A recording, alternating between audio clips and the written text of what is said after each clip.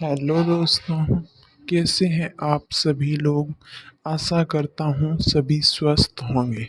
आज हम बात करेंगे राजस्थान हाउसिंग बोर्ड के रिजल्ट के बारे में। तो सभी स्टूडेंट ये पूछ रहे थे कि राजस्थान हाउसिंग बोर्ड का जो एग्ज़ाम हुआ था वो टोटल कितने मार्क्स का था। इसे देखने के लिए आप जो नोटिफिकेशन आया है राजस्थान हाउसिंग बोर्ड का, उसमें आप देख सकते हैं कि पार्ट ए कितने का है, पार्ट बी कितने का है। मोस्ट ऑफ देखा देखा जाए तो 450 नंबर के हैं। उसमें से आपके कितने मार्क्स आपने ऑब्टेंड किए हैं वो आप देख सकते हैं, क्योंकि आपका जो नोटिफिकेशन आया था उसमें ये सब दे रखा है।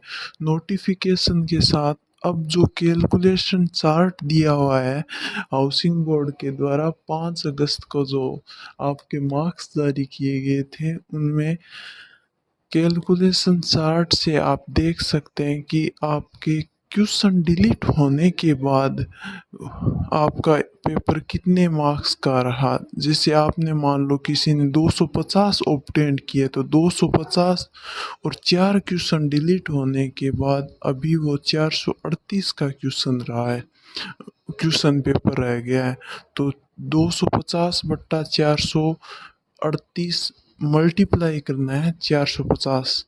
इससे आपको पता चल जाएगा कि आपके टोटल मार्क्स 450 में से कितने हैं। ज़्यादातर जैसे देखा जाए जूनियर अकाउंटेंट या फिर एलडीसी और इन सब का एग्ज़ाम मोस्ट ऑफ 450 नंबर का ही एग्ज़ाम हुआ था। तो आपको ये जानकारी कैसी लगी, आप इस ये देखना। और अंत में यही कहना चाहूँगा, जो कुछ कट ऑफ पूछ रहे थे तो यही है कि मोस्ट ऑफ एग्ज़ाम की 50% से ऊपर नहीं जाएगी, क्योंकि इसमें स्टूडेंट्स को कुछ को ये नहीं पता था कि नेगेटिव मार्किंग भी है क्या। उस वजह से मोस्ट ऑफ स्टूडेंट के 50% से लेस मतलब कम ही मार्क्स आए हैं। 50% से अबोव जो भी है वो अपनी अपनी कैटेगरी में सेफ है। और जो लिस्ट आई थी डीवी के लिए 20 जुलाई की, वो जहाँ तक देखा जाए वो चेंज नहीं होगी, क्योंकि इसमें आपके कोई और ऑब्जेक्शन नहीं देखा लगा था। ऑब्जेक्शन सिर्फ इस बात का लगा था कि पर्टिकुलर स्टूडेंट के मार्क्स जारी किए जाएं और उसके बाद मेरी जो डीवी की लिस्ट है वो जारी की जाए। अगर उसमें अब चेंज किया जाता है तो ये स्पष्ट हो जाएगा कि पहले रिजल्ट अलग था और अपने मार्क्स बताने के बाद अलग कैंडिडेट को सिलेक्ट किया गया है। तो यही है। और कुछ स्टूडेंट ये पूछ रहे थे कि जो अब 1 अक्टूबर को रिजल्ट आया था उसमें और इसमें डिफरेंस है, तो ये हो सकता है कि कुछ कैटेगरी को रिजर्वेशन देने के कारण हो सकता है कि उस हिसाब से आपका नहीं हुआ हो।